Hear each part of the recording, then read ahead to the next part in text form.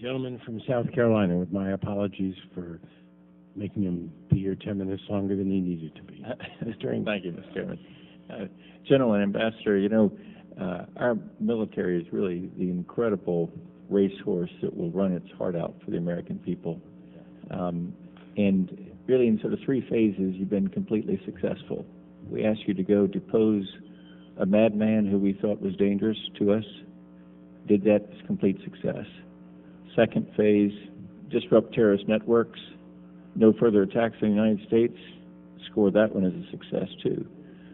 Third phase, I wasn't completely sold, but the idea of a surge seems to have worked in terms of the military consequences of creating the security zone, the space for them to decide questions. Now, of course, we need to make those decisions. So in each phase, our military has accomplished exactly what we asked you to do.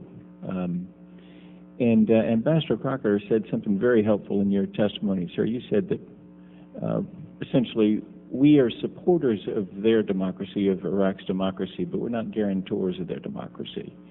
Maybe that's my way of phrasing it, not yours. But I wonder, General and Ambassador, what would be the warning signs that we are going from supporter status to guarantor status?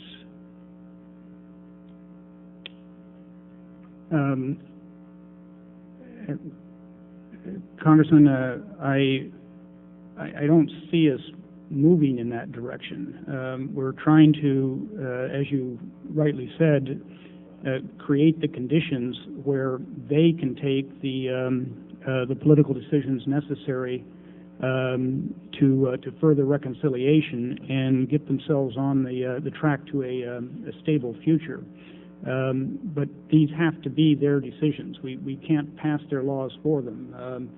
It would be impossible, and it would not have any effect even if it were possible. So I don't think I see the circumstances under which this would arise. Well, it worries me, actually. Your answer worries me because there would be no warning signals for you that we have gone from supporter to guarantor. I think there's a point at which you clearly go from supporter to guarantor.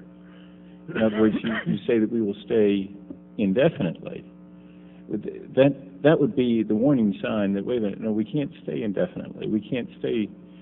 At some point, you have to say, we supported you, but we're not going to guarantee you.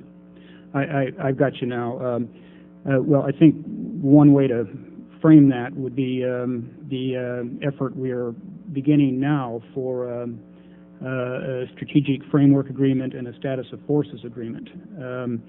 As I noted in my testimony, to give our military the authorities and protections it will need when the Security Council resolution expires at the end of the year, we will need that kind of agreement.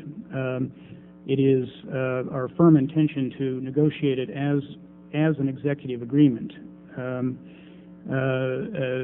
meaning that it will not contain within it the commitments, or I guess in your term, the guarantees that would require the advice and consent of the Senate.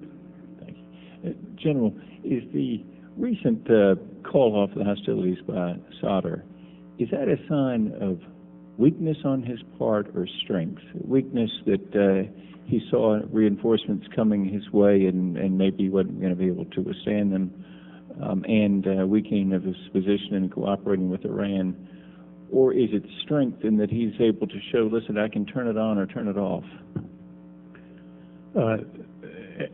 As with all these, I think there are a number of factors that probably are at play. One of them is probably related to the reason for the ceasefire in the first place, back after the violence that was precipitated in the holy city of Karbala by his militia forces, that damaged the image of his movement.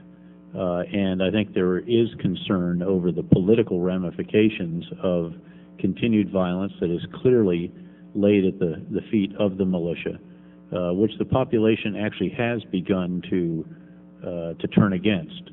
There's not a blank check there just because he is cloaked in the name of the Sadr movement and has the lineage that he has, if you will.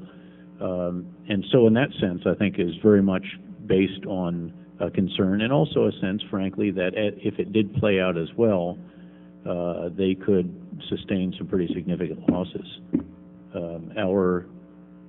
Okay, sir. Sir.